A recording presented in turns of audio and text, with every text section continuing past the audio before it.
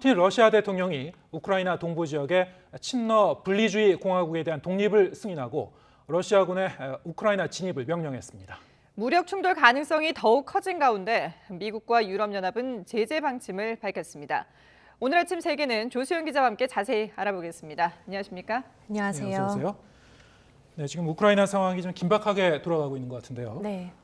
러시아 정부가 우크라이나 분쟁장 독립을 승인했고 그리고 이제 푸틴 대통령이 결국 파병까지 지시했다는 그 속보가 들어왔죠? 네, 맞습니다. 밤사이에 우크라이나 관련 많은 속보들이 들어왔는데요. 가장 최근 속보는 푸틴 대통령이 자국 평화유지군의 우크라이나 진입을 명령했다는 내용입니다.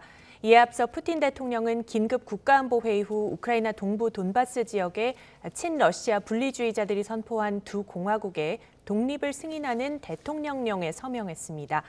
자칭 도네츠크 인민공화국 DPR과 또 루칸스크 인민공화국 LPR인데요. 푸틴 대통령은 독립 승인에 이어 두 공화국 수장과의 우호 협력, 상호 원조에 관한 조약을 체결했습니다. 푸틴 대통령은 대국민 담화를 통해 독립 승인 배경을 설명했는데요.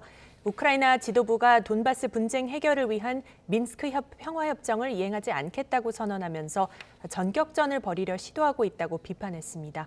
그러면서 현재 돈바스 지역 거주자들이 연일 폭격을 받고 있다며 미사일과 중화기 등이 동원되고 있다고 주장했습니다. 예.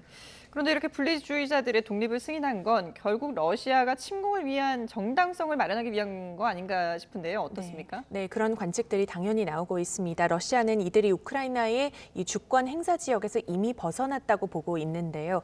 이번 승인 결정으로 이 지역으로 공개적으로 군대를 파견할 수 있게 된 겁니다. 실제로 푸틴 대통령은 러시아군의 우크라이나 진입을 명령하면서 평화 유지 활동을 지시한 것으로 알려졌는데요.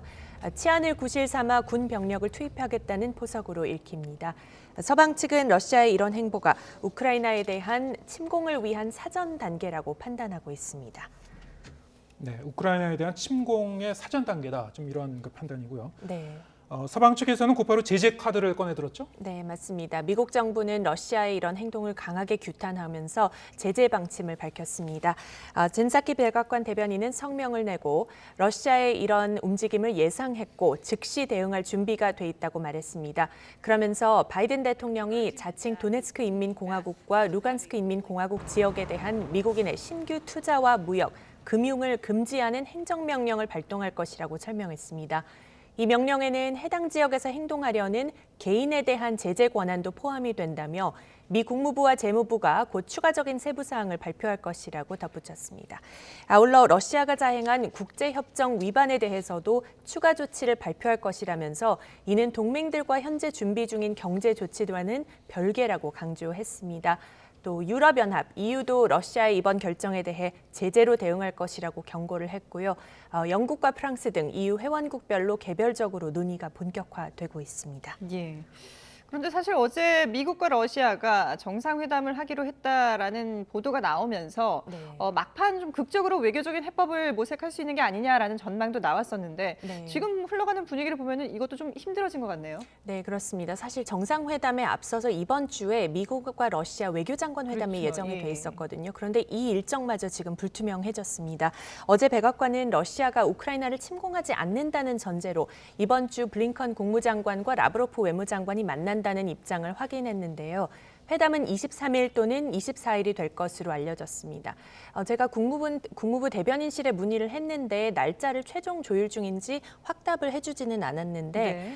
만약에 성사가 된다면 이 자리에서 두 장관이 미러 정상회담 의제를 조율할 것으로 예상이 됐었습니다. 그렇지만 현재로서는 한 치 앞을 내다보기 어려운 그런 상황이 됐고요. 블링컨 장관은 성명을 내고 푸틴 대통령의 분리독립 승인은 민스크 평화협정을 거부한 것이자 외교적 해법에 대한 러시아의 약속과 상반되는 것으로 우크라이나 주권과 영토에 대한 명백한 공격이라고 규탄했습니다. 보시다시피 매우 강한 어조로 러시아를 비판했는데 이런 상황에서 그래서 이제 외교장관 회담 성사 가능성이 좀 낮아 보인다 이런 관측들이 나오고 있고 이번 외교장관 회담마저 불발이 되면은 대화의 문이 다시 닫히는 것 아니냐 이런 관측도 나오고 있습니다. 네. 네, 이런 상황에서 당사국인 우크라이나 정부 어떻게 움직이고 있습니까? 네, 러시아의 이번 결정에 젤렌스키 우크라이나 대통령이 긴급 국가안보회의를 소집을 했고요. 바이든 대통령과 35분가량 통화하고 대응 방안을 논의했습니다. 우크라이나 정부는 유엔 안보리에도 긴급회의 소집을 공식 요청한 상태입니다. 안보리 소집 여부가 주목되는 가운데 스테판 두자릭 유엔 대변인은 정례 브리핑에서 러시아의 공화국 독립 승인을 비판했습니다. 두자릭 대변인은 모든 관계자들이 우크라이나의 영토 보전과 민스크 협정의 이행을 약화시킬 수 있는 일방적 결정이나 조치를 자제할 것을 촉구를 했습니다.